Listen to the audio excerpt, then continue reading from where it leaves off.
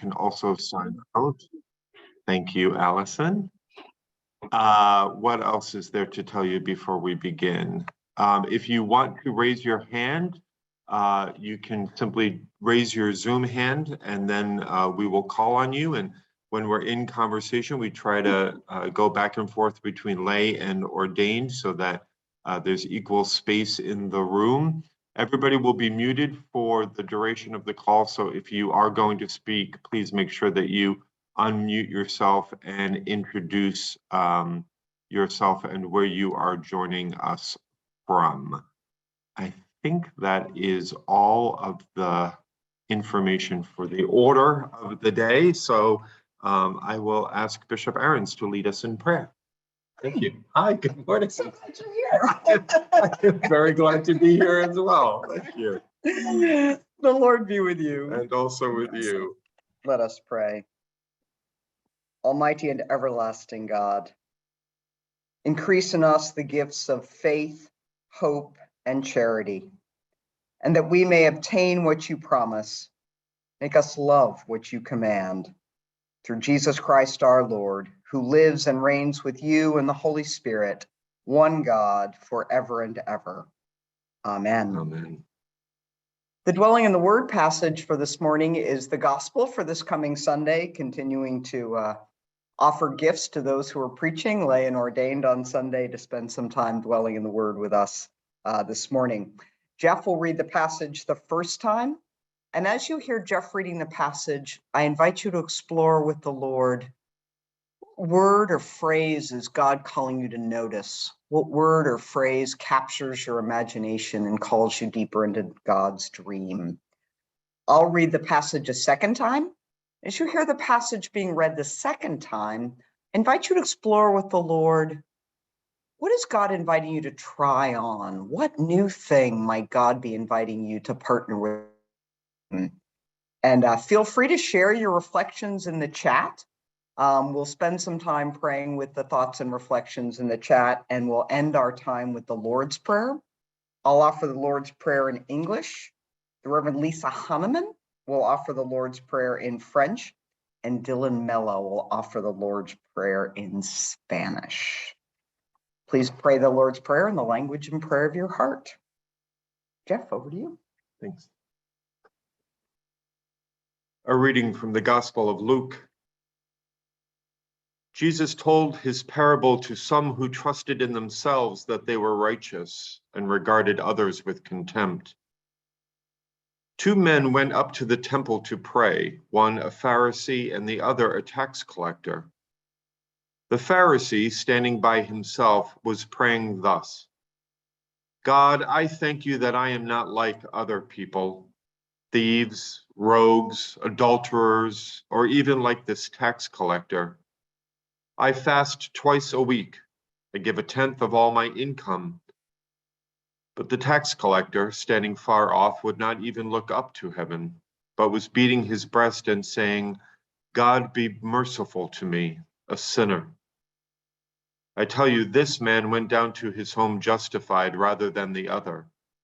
For all who exalt themselves will be humbled, but all who humble themselves will be exalted.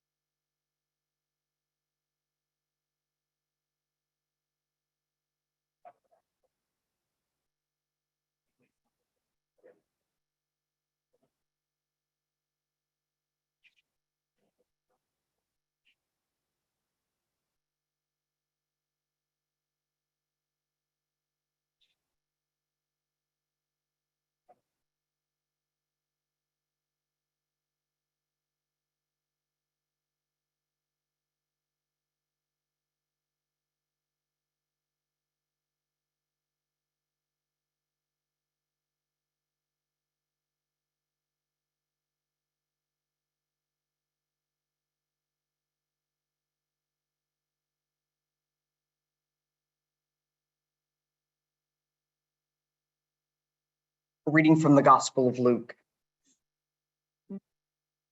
Jesus told his parable to some who trusted in themselves that they were righteous and regarded others with contempt.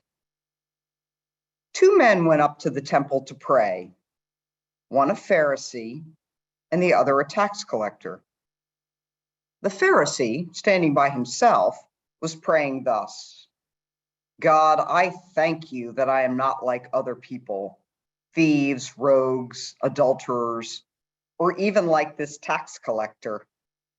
I fast twice a week. I give 1/10 of all my income. But the tax collector, standing far off, would not even look up to heaven, but was beating his breast and saying, God, be merciful to me, a sinner. I tell you, this man went down to his home justified rather than the other. For all who exalt themselves will be humbled, but all who humble themselves will be exalted.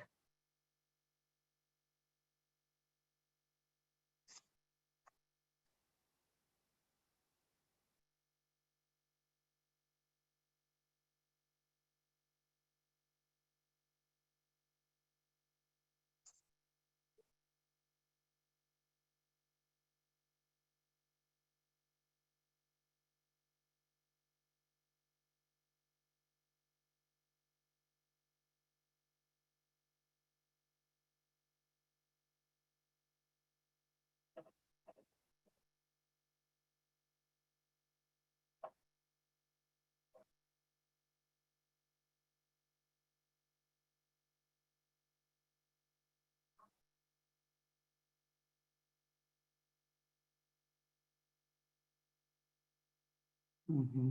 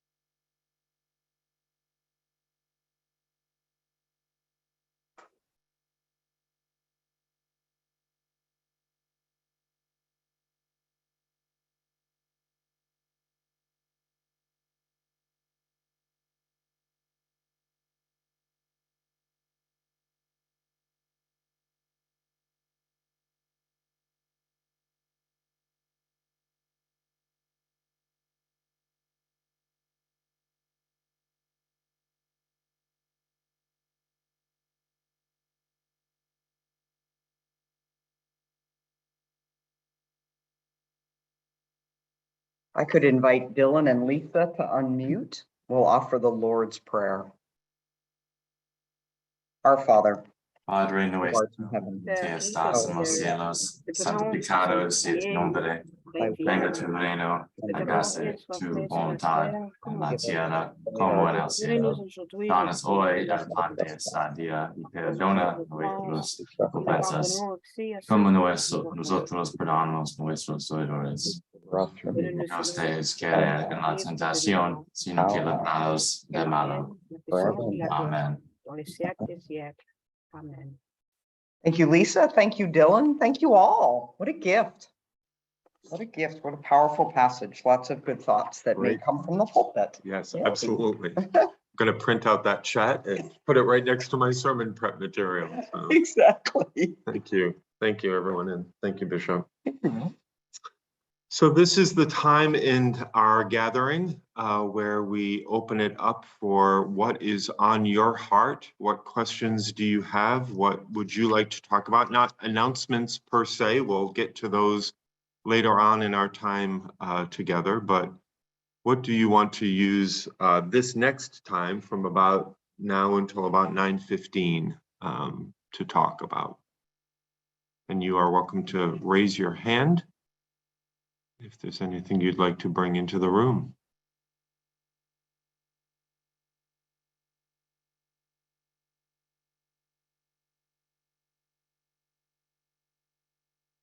I see Paul. Good morning, Paul Good Carling, morning. St. Paul's on the Green in Norwalk. I know many of us are feeling really high after the consecration on Sunday. What an incredible joy. And I just wanted to shout out one aspect of it, and that was the bulletin. And there was such careful attention to language in it. And implicit in that, just such a wonderful recognition that we are a diversity of languages, not only in terms of cultural or ethnic background, but also in terms of gender. And I just felt so inspired by the care that was taken in the preparation of that bulletin. So for everybody involved, thank you so much. Thank you, Paul. Yeah, we owe a great debt of gratitude to the consecration planning team, and particularly our liturgy co-chairs, Dean Lena and Tuesday Roop. They put hours and hours of effort into that. So, and there are some good resources. One of the things that I always like to remember when we're putting any liturgy together, but particularly liturgies at a diocesan level, is that it's a great time to introduce folks to materials and resources that they might not have previously encountered. So folks who may long for more expansive language, but stay within the canons of the church, there is now actually material, approved material from General Convention for that. So yeah, thank you, Paul. It's a great resource.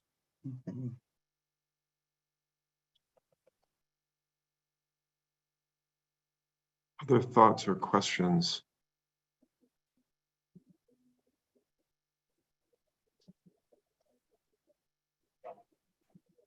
I see Lynn Thomas has her hand raised. Oh, thank you, Lynn. Good morning, everyone. Good morning. And yes, and I tell you, that consecration was just, the entire program was just amazing. I feel so blessed that I attended, and welcome, welcome, welcome. Thank you. I would, Lynn Thomas, Junior Warden, St. Stephen's, and I would like to introduce Miss Julia Johnson-Roy. She is a warden designate to attend these meetings, and I hope she'll join us frequently in the future. Thank you. Welcome.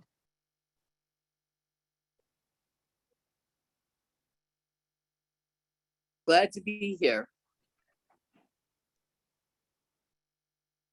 Hey, Julia, great to see you again. Long time no see. All right. Was it St. Stephen's on Sunday? Nice.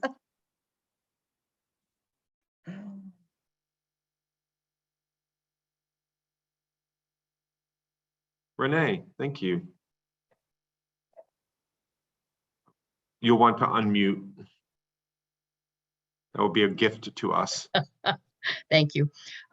Renee Janes, I'm the senior warden at St. John the Evangelist in Yalesville, soon to be merging with Grace and St. Peter's in Hamden.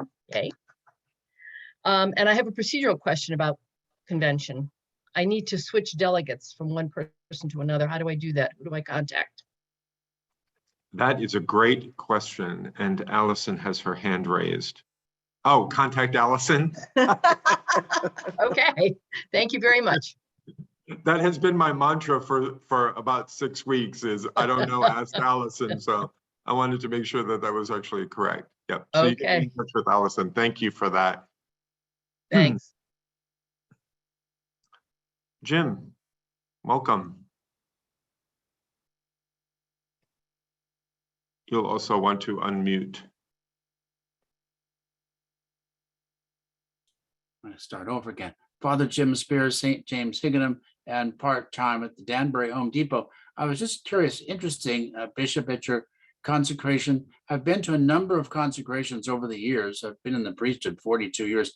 You're the first one I've ever seen lie prostrate on his stomach before the altar. Did you feel like commenting on that? It was very interesting. I've never seen that before. Thanks. That's a great question. And it is tradition, not always done, both at priestly ordinations, but also at Episcopal ordinations, that during the litany, the ordinand lay prostrate on the floor, as you saw me do on Saturday. Yes. And I made the choice to, that's not a requirement, that's not, yes. Also, as pointed out on the chat, very common in monastic communities. It was not a requirement, it's up to the individual ordinand. And I did it as a practice for my own understanding of how I was longing to come into my episcopacy as completely humble before God and before God's people. And for me, it's a poignant moment to see the person entering these positions in the church begin that time lying down completely humble before God and before God's people before the rest of the service begins. So I wanted that to be a foundational moment in how I was coming into this ordained ministry, but also a foundational moment in our shared time as well. Good. Thank you. You're welcome. Mary.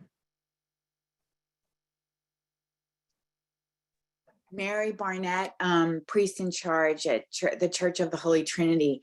It was so moving, and what I was trying, it's sort of the position I think we all wish we could take right now, to lay down so many burdens and to start again in a place where we can feel grief and joy both in our bodies. And so thank you for that. And I know that I was right there with you, wanting to start there so that we can find joy again by being vulnerable in this time. So thank you, Mary. I think we may need a new liturgy of going forward for all of us somehow. Yeah. Yeah. And nothing's to prevent you from doing this at home, right? Unlike other things. I'm going to disappear right now. Try this at home. I mean, honestly, if on your heart, lying on the floor before an icon or in prayer would move your body to align with where you are in your spirit, then by all means, I will say a little bit about when we did the rehearsal on it's all a blur now. Friday, was that Friday? When we did the rehearsal on Friday and I was lying down and they were all doing that part, I thought, wow, this is super relaxing. Like, I really hope I don't fall asleep tomorrow when this point happens. On Saturday, when I lied down, it felt like I was in plank position. For those of you who know what doing a plank is, my whole body was just completely tensed. And in that moment, listening to the cantors do the litany, I could just feel my body more and more let go and give over to the time. So it was really turned out to be important for me to move from the space of are all of the details working out to just really rest in God and rest in that moment. So try it at home and let us know what you find, right? I mean, embodied prayer is powerful.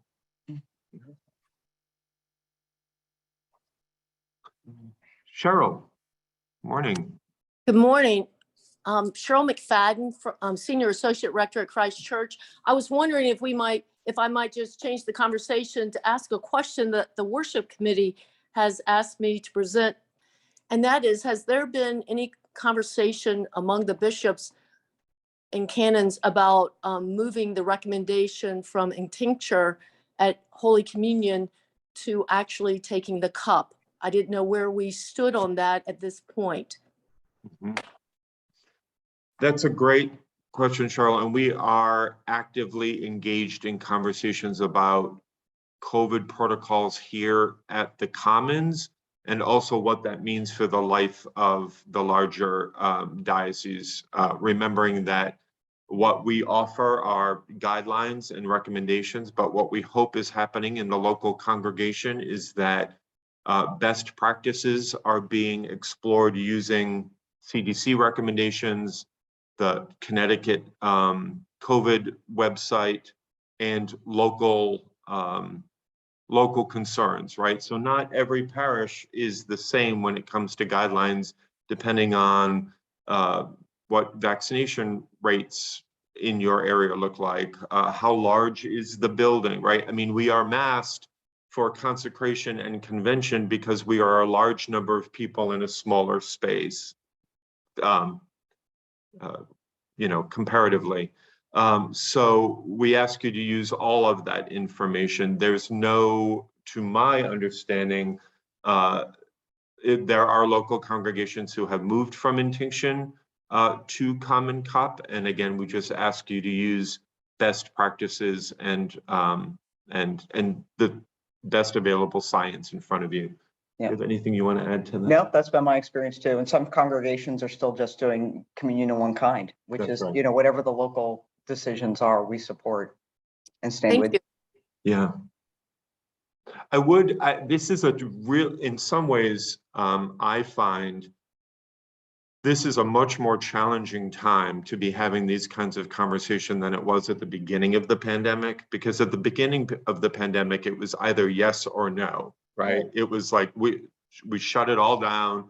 We're not doing any of it. And now we're in this time where each local community is having to make these decisions on their own, based on best available information.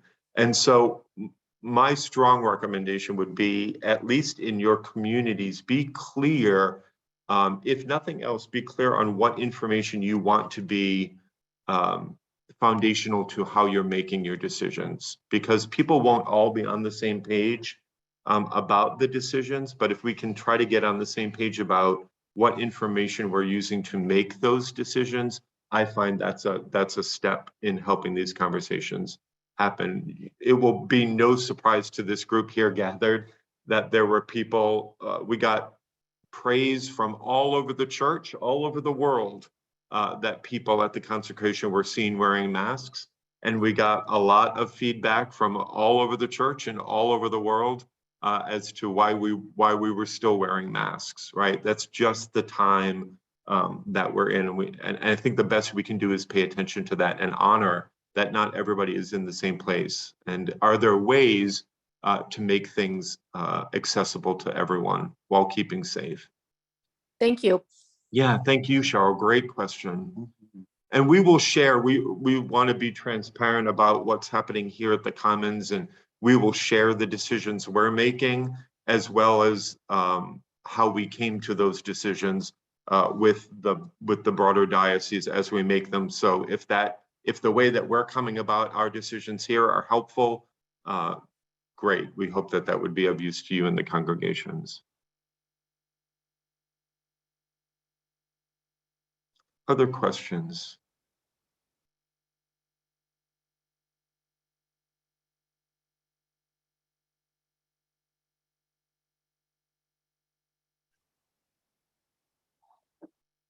Stacy, morning. Good morning. This is Stacy Cole. I am the priest in charge at St. Paul and St. James in New Haven. I just wanted to add a quick thanks to you, Bishop Jeff, for turning to the clergy during the peace and giving what very much felt to be your full, undivided welcome and peace. Sitting where we were, it was kind of hard to see and feel engaged. And there was something so deeply moving about that moment. I will say I personally felt very seen in that moment. So thank you for seeing us. And I'm absolutely certain that everyone else who was on the front side had the same experience, but speaking from the what felt a little bit like the sidelines, thank you so much for seeing us in that moment. Yeah, Thank you, Stacy. I may or may not have watched pieces of the consecration over and over and over again. And because, when you're in it, it's hard to, it goes by so quickly. And I actually saw that moment, and it was an incredibly meaningful, it felt like a moment where I really was able to connect, exactly as you say, with all of you who were sitting over there on the side. So, and it felt really good to have you all there. Like, there they are, and so thank you for noticing that. It was a great, organic, God-given moment in that service.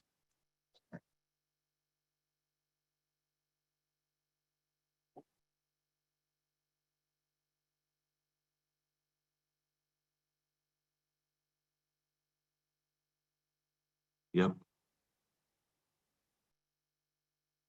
I draw your attention to the chat where people are offering great reminders about how we move through this time.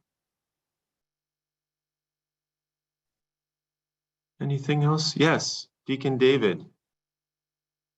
Good morning, David Rhodes, Deacon at St. Paul's in Woodbury, and very grateful for this time, and was honored to be part of the consecration, and would like to make note that I appreciate the fact that when I looked up from proclaiming the gospel, that we had 100% of your attention, Bishop, our newly elected bishop.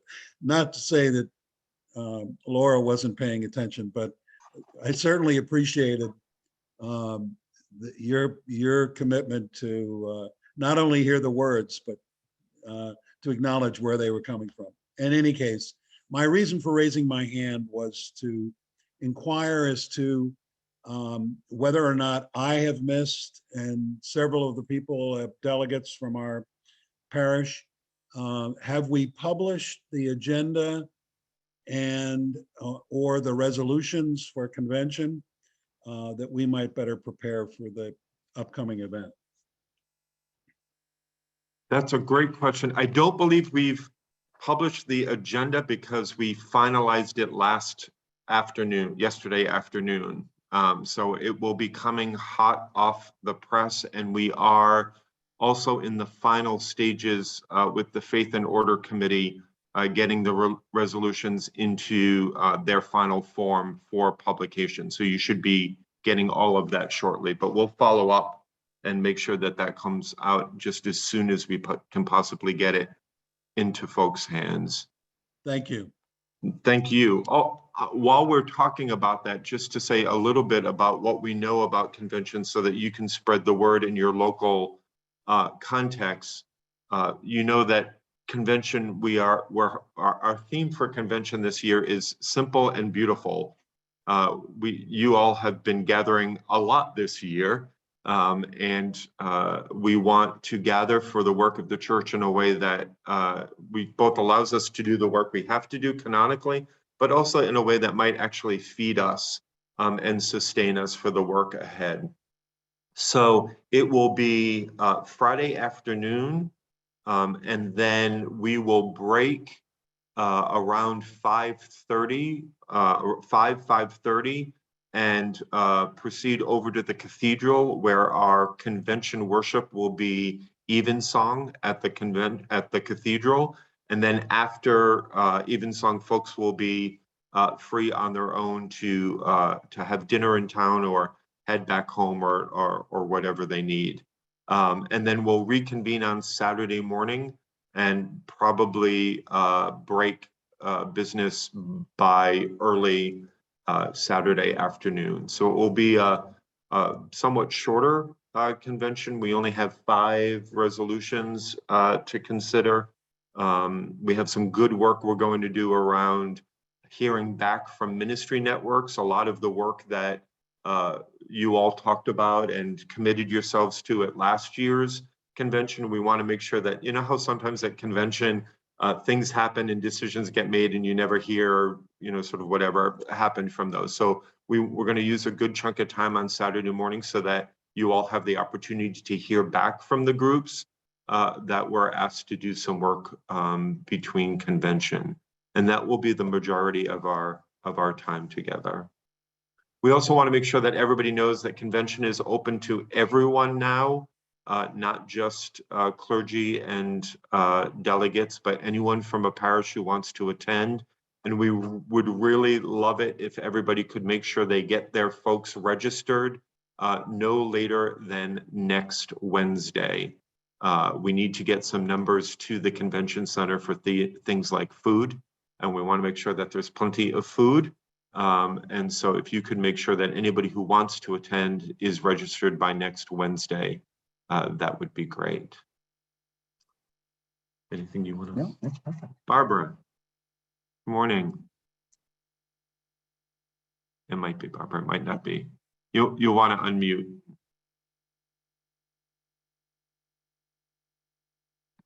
There we go. It's Dexter's question. Dexter, good morning. Good morning to you. We're a lot of us are about to meet you for the first time at Diocesan Convention. And my question is, how would you like to be addressed in person so that we don't do awkward things like fishing around for titles and stuff? We want you to feel welcome, and I noticed in the service leaflet Saturday that you signed your statement simply Jeff. And so help us understand how you would like to be called in person. Thank you so much. And your question is really a question of hospitality. And so I really appreciate being asked. When I signed that statement, right, because it went to it went to the printers, 4 weeks, I was just Jeff. I felt just Jeff. Yes, in person, you are welcome to call me either Bishop Jeff or Bishop Mello, depending on which feels more comfortable to you. But I'm fine with either. If you have other suggestions, I'd be happy to listen to those offline. Yes, Bishop Jeff or Bishop Mello, as you have been accustomed to in this diocese with your bishops, would be great. So thank you. Thank you. Yeah, great question. Other questions?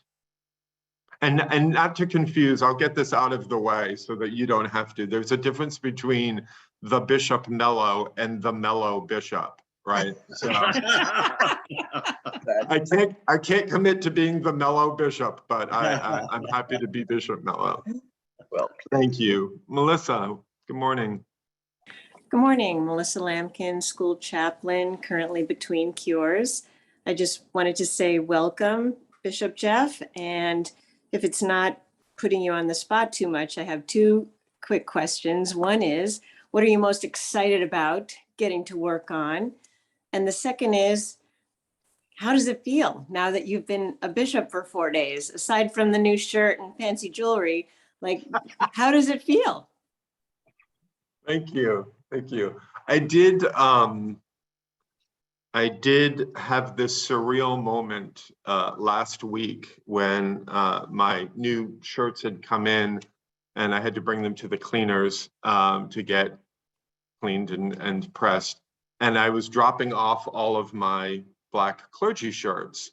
And so I handed the local cleaners, I handed him all of my black shirts, and he handed me all these shirts that were purple in return. And I said, "You've changed all my shirts purple. I'm never coming back here, again." What am I most excited about, and how does it feel? I mean, I think it's actually the same answer, honestly. I'm really excited. My beginnings in this diocese has been nothing but affirming of everything I was hoping was going to be true when I got here. You know, anybody who's taken a new job or gotten a new call in a parish, you know that until you arrive, everybody's really putting their best foot forward, right? The diocese wants, you know, to put their best foot forward, and you want to put your best foot forward, and you want to be as honest as possible, but you also, you know, sort of want it to happen. And so I can tell you that what I have discovered, having been here and in my 5 days since ordination, is that everything I was hoping was actually true, I'm discovering is actually true. And that's been really exciting and affirming. These are long days and busy days. There's lots going on. There's not really been a soft on-ramp. It's sort of jumping into the deep end of the pool, which is how I like to learn how to swim.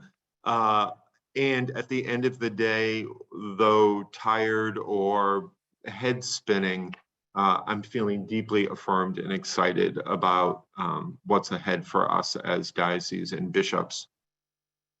What I'm most excited about, I had my first visitation on Sunday and in Bridgeport, and I'm really excited to start doing visitations, really getting, you know, one of my questions when I was discerning whether or not I was feeling called to the episcopacy is, would I miss the direct contact with folks in the pews, right? Was I going to be so sort of separate from the people who are seeking and all of you who are making church happen?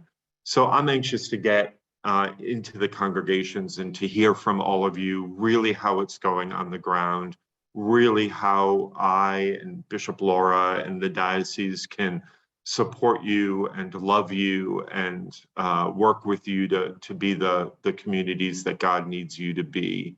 And that really is the work that I'm there's nothing on my plate that I'm not terribly excited about, wink wink.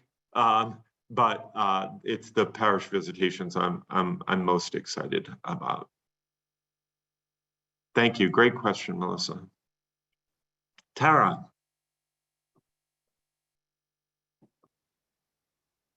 Good morning. I'll invite you to unmute as well. Sorry, I'm the That's Reverend okay. Tara Shepley, priest in charge at St. George's Church in Middlebury, and I'm in a car. I'm on my way to a conference that I'm speaking with the Order of St. Luke, so excuse my setting.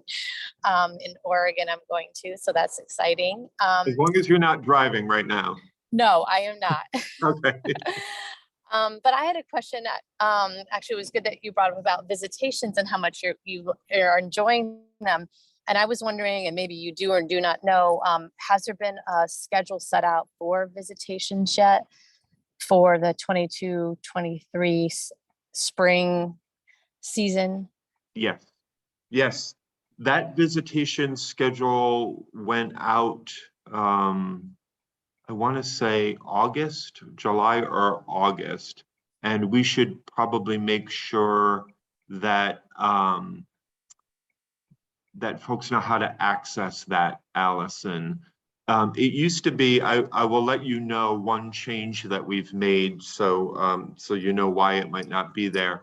It used to be that the visitation schedules for bishops were on the diocesan website calendar for the whole year, and you could go on and see the schedule.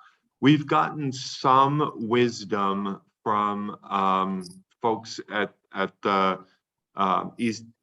Episcopal Church level, particularly around how we as a church are taking matters of security and safety into account, sadly. And so we've gotten some wisdom and advice that folks don't really need to know where the bishops are going, except for the places that need to know that a bishop will be showing up there on Sunday. But that we want to be more intentional about letting the wider community know where we have been.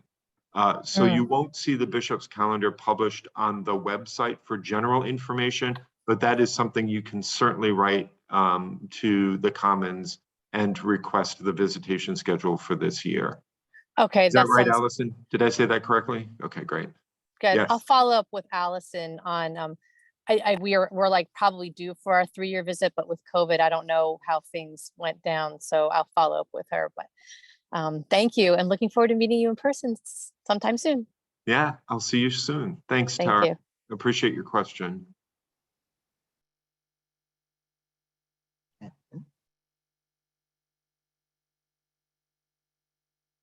Other hands or questions?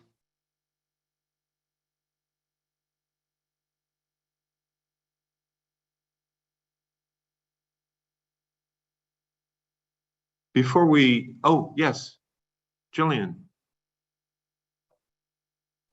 Jillian Barr, rector at Calvary Stonington. And thank you very much for the consecration, everyone who had a hand in it. It was an amazing, inspiring event. And welcome, Bishop Jeff.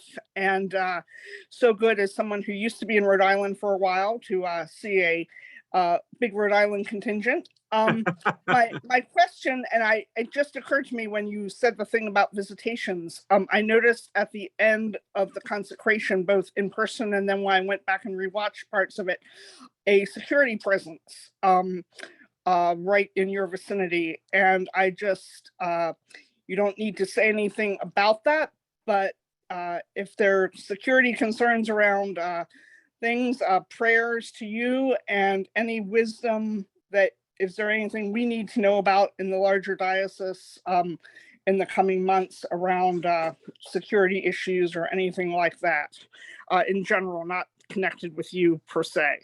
Yeah, great question, Jillian, and I really appreciate you asking.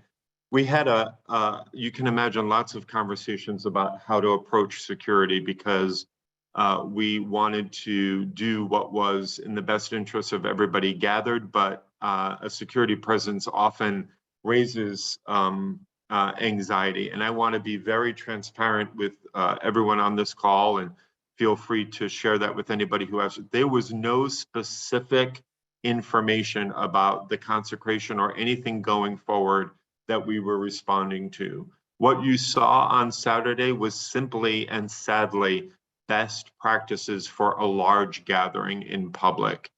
So that wasn't unique to the fact that I was being consecrated or that Michael Curry was there or that we were the church. It was simply, if we're going to have 1,000-ish people in a public space for this type of event, that was the wisdom that we got for security. There is nothing on our radar that we know of that you should all be doing anything differently than you currently are in your parish settings. And if that ever is not the case and that there is information that you would need to know, please be assured that we will share that with you in a timely fashion so that you can do anything you need to do. But everything, both for the consecration and for the seating, was simply the best practices information we received.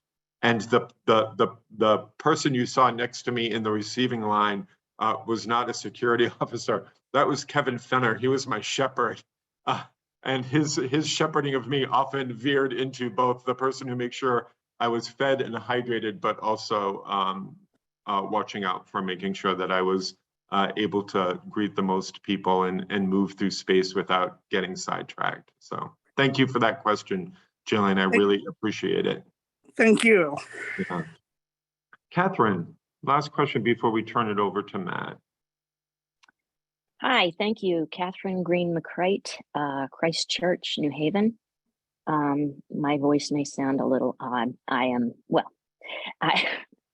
In addition to my just being odd, I've had COVID for the 3rd time now, despite being quadruply vaccinated. So yeah, that's a real shout out to everybody. Be careful still, wear your masks.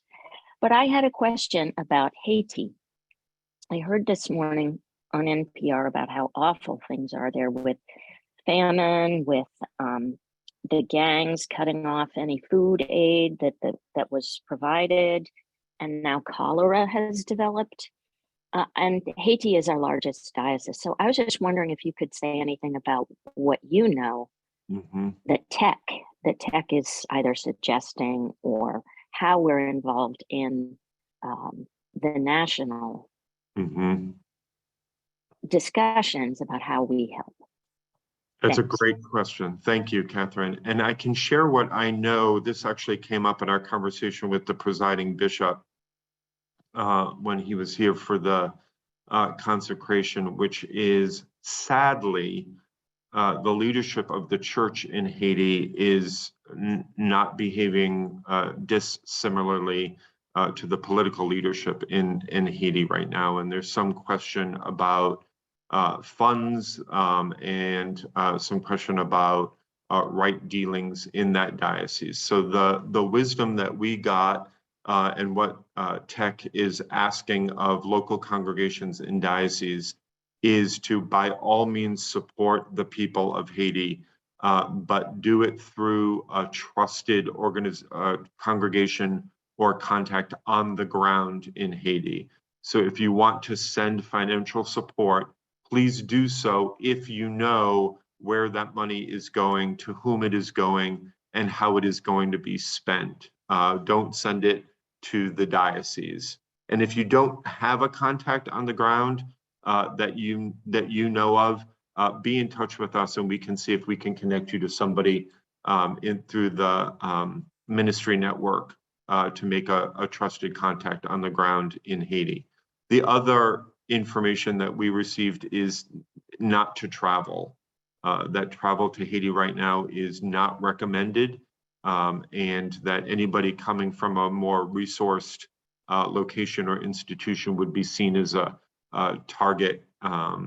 And so we were strongly advised not to travel, but to send resources. Anything I'm missing? Or Nope, 100%. No, it was just brilliant. Thank you. Heartbreaking. Heartbreaking. Very, very sad. And some people are offering resources in the chat. Thank you for that. Well, thank you, everyone. That was a great time of questions, and I appreciate your openness and your curiosity. We'll turn it over now to Matt Hendy from Matt's Stats, which I've been looking forward to saying that for weeks. Pretty fun. Thank you. Looking at the map, we will note that it's 7 days past, and as other people have mentioned in the chat, COVID seems to be making a resurgence, reported both in the chat and in various newspapers. As of last week, though, we do see the hotspots are in New Haven and Bridgeport. The rest of the state is looking okay. By no means has COVID been eradicated, and we'll see that in terms of hospitalizations. We continue to see hospitalizations in the 300s, high 300 to low 400 range. Our 7-day rolling average as of a few days ago was 8.83. That's a bit down from the high 9%, low 10% that we've been seeing. However, again, we seem to see the indications of a upswing. So please wear your masks. Please get your boosters if you are able, and always stay safe. And that is it for this morning. Thank you. Thank you, Matt. Any questions for Matt on Matt's stats? Great. Announcements for the good of the church.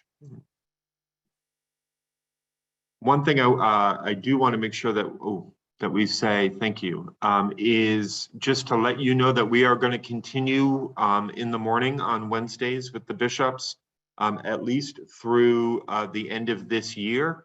And we might use that time to just do a check-in with you all and see how it's going for you, and any course corrections we need to make at that time. But Bishop Laura and I are happy and excited to continue to do this with you.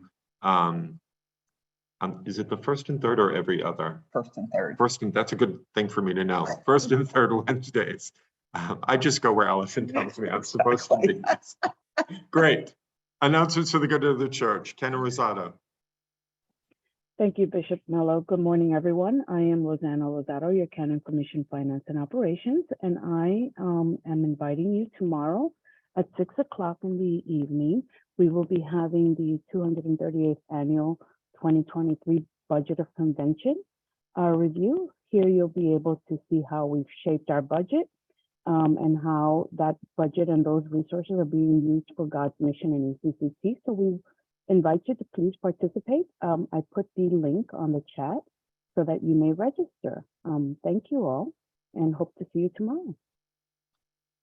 Thank you, Ken Rosado. And I just want to emphasize how important it is for folks to engage with the budget presentations. Often folks show up to convention and it can feel like there's so much information and there's not a time to really drill down and ask the questions of what goes into putting such a complicated budget together. And tomorrow is an opportunity for exactly that, for you to get all your questions answered before we're together at convention. So thank you for that reminder. Stephen. Yes, hello. I was on the committee, and one of the concerns of the committee was, of course, that things not be wasted. And so I'm sure most of you noticed that cross. Well, one of the issues was, well, what happens to it after the convention? And there were two possibilities. The first possibility that it might be stored and reinstalled at a future event at the convention center. That's not happening. I think I felt like the man from the Wizard of Oz. Who is that behind that curtain during the rehearsal? It took a lot longer. It was a lot more complicated to install. So I have an alternative plan, which is to share the light. And the cross was made of 12 4-foot long LED lights and swaths of fabric.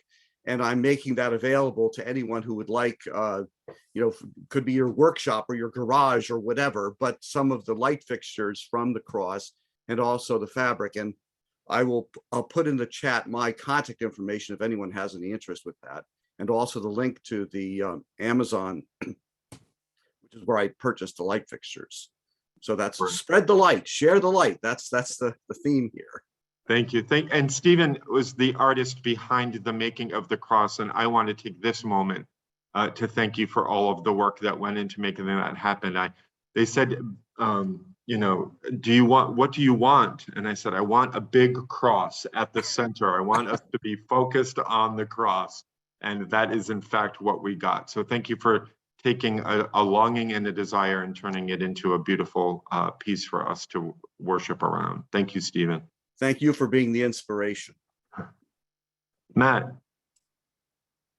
Good morning again, Matt Handy, Operations Manager, Episcopal Church in Connecticut. We are now in the midst of annual enrollment, meaning that you can choose a new plan for 2023 if you'd like to change your medical plan. One thing to note, this year we are offering 4 different dental plans. We're doing a soft launch of CPG's offering for Cigna Dental. We've gotten some feedback that Delta Dental does not always fit everybody's needs. So if you would like to switch to Cigna Dental, feel free to do so during annual enrollment. There are 3 tiers. One is a lower tier, one is called a preventative plan, and the other is Dental Plus Worth It. The preventative plan is the plan that matches our current Delta offering, which means the parish is, if you do participate in dental, the parish does pay for 100% of the preventative dental plan. If you choose the higher cost offering, you will most likely be asked to pay the difference between the highest cost and the preventative dental plan. Any questions, give me a call. I am here. Send me an email. Let me know your thoughts. That is it. Thank you. Thanks, Matt. Bonnie. Good morning, Bonnie Matthews, deacon serving our cathedral. This doesn't have a lot of bearing on folks, but Pre-ordination and consecration, I kept complaining to myself that I did not receive my Eventbrite tickets. I spent hours on the phone last Thursday only to discover that Xfinity Comcast blocks the tickets from Eventbrite from coming through. So if you have delegates or alternates who will be attending things, let them know that. I also can't view my tickets because I forgot my password. And Xfinity Comcast also blocks all password verification codes coming into email. So this is just an FYI for folks. And those folks who are at registration tables certainly have your registration, and it's been no worry for me not to have my tickets in hand because they function so well. But I just thought I'd let everybody know what I discovered this past week. Thank you, Bonnie. Super helpful. Linda. Good morning, everyone. I'm Linda Spires, retired clergy in the diocese. And this is not really an announcement. It's a note of thanksgiving. I just want to take this opportunity, since we have over 100 people on this call. I know many of you had your hands and feet and heart into all that happened throughout the bishop transition process, and especially this past weekend with all the wonderful festivities that we had. And I just want to thank each and every one of you for helping us make all of this happen, particularly Marissa Rohrbach and Sarah Woodford for their leadership in the consecration efforts. And the diocesan staff, cathedral staff, I mean, there were people from all around who helped and stepped up to do whatever was needed. And we just heard about Stephen's contributions and many others. So I just wanted to offer the thanksgiving for all of you. And Jeff, thanks for your yes and letting us make all this happen. Thank you. And thank you, Linda and Marcia, for your leadership that helped us get to this moment in time. Yeah, you're very welcome. It was an honor and a privilege. Tim. Thank you, Bishop. Good morning, everyone. Tim Hodap, your canon for mission advancement and coaching. And a shout out for next Thursday evening, the 27th, beginning at 6:30 p.m. Some members of the Region Entrepreneurial Fund granting body and I will be presenting a workshop on how to write for grants. And the REF, as you may recall, is money for region capacity building, multiple parishes coming together to think up some good ideas and just try it on. And we've got about $125,000 yet to give out this year. So I encourage you to join us next Thursday evening, 6:30 to 8:00 p.m. And I will put the link into our sidebar here in chat. Thanks, everyone. Thank you, Ken and Hoda. Louisa. Thank you. Good morning, everybody. Louisa Baker, Interim Director of Wellness Programs for ECCT. Please forgive me as I head into Meriden to see my colleagues this morning. So I'm in the car, but I wanted to plant a seed really, as the details continue to come together.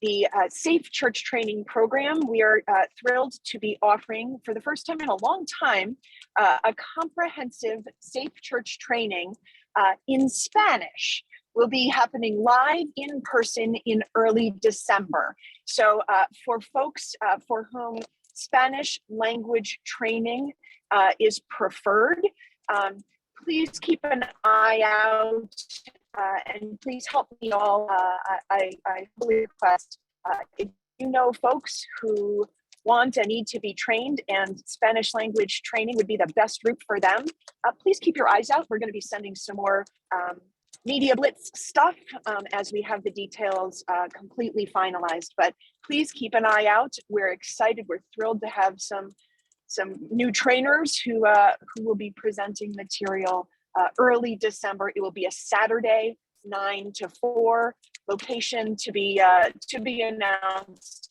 and a specific date. So keep your eyes out, and thank you. Thank you. And Mary, our last announcement of the morning. Hi there, Holy Trinity Middletown. We're opening a new art gallery in our church. And the first ever exhibit is the first exhibit of art by a Wangunk descendant, which is the indigenous people that were in the Middletown area. It's really beautiful. She's also a woman who has Down syndrome, and it's amazing. But the reason I want to tell you, not only come, it's open throughout the week when somebody's in the building, which is during the day. But also I happen to realize that there are a lot of Episcopal priests and people who are artists. And I would love you to reach out to me so we could show your work for a month in our gallery, particularly if you're willing to talk to us about the connection between art and spirituality. Terrific. And you. So reach out to me. Great. Well, thank you, everyone. Life in ECCT continues. Remember, in these days when there's so much going on and our lives are so full, please do make sure that you're taking some time to breathe in between all of these offerings and opportunities to gather together. Would you close us in prayer? Sure, I'd love to. Thank you. Our closing prayer is from Jan Richardson in her collection called In Wisdom's Path.